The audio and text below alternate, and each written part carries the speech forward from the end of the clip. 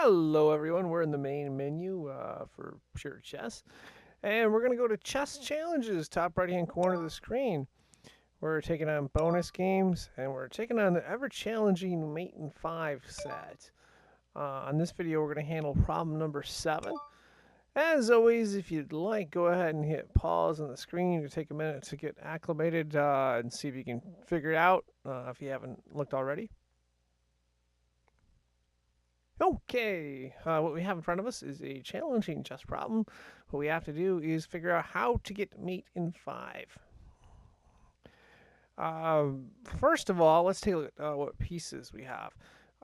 For white, we have a bishop on h6 that is basically guarding these two flight squares that the black king has. We have a rook that's not in the best position on f5. But we have a rook. We also have a bishop on c4 there. We have a queen that we'd like to get involved, definitely on d1, and a badly positioned rook on a1. Black has, of active pieces, black has a queen on c7, the bishop on f6, and of course, the king we're trying to trap, and a bunch of pawns that we're trying to figure out how do we get around these things and how do we get the checkmate. So let's figure out what our first move should be here. What we'd like to do is we'd like to get this queen going, get it developed, get it in position to make some moves. Now, there's a number of different options for the queen, as you can see in green. I believe our best option is d5, and that's because it's going to put pressure on this f7 square right here. There's only one defender, and we would have two attackers. So, okay, right there. Black responds by pushing the pawn forward and basically ruining our position, or did they? We basically put a pawn right here that's basically pawn forking both our rook and our queen. Now remember, we've got this bishop well positioned on h6. It's basically covering every flight square that black's king has. So if we can figure out a way to bring more pressure than they can defend with, we might actually be good. In other words, if let's say we capture this pawn with the queen, they recapture with the pawn, we'll have a pretty strong check.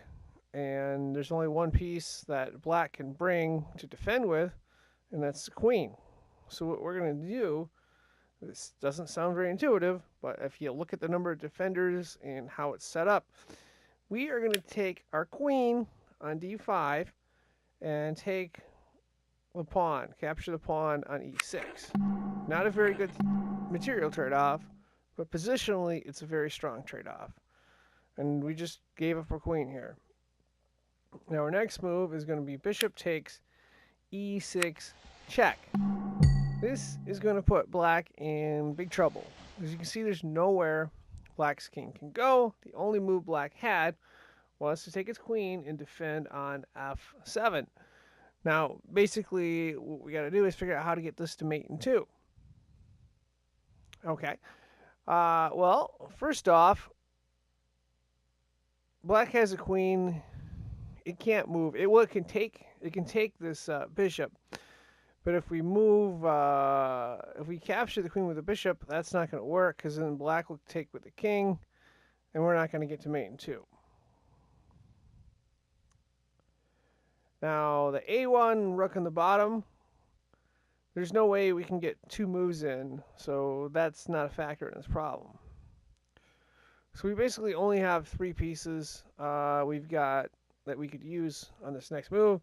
One of them is this bishop right here, and that's well positioned, so we're not moving that. The other one, as we discussed, is the bishop on e6.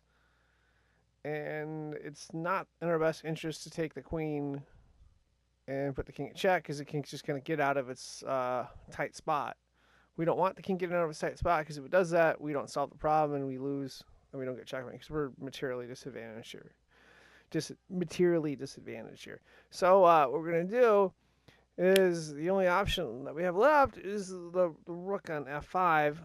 So we're going to capture this bishop on f6. And remember, black cannot take with its queen because its queen is defending the king.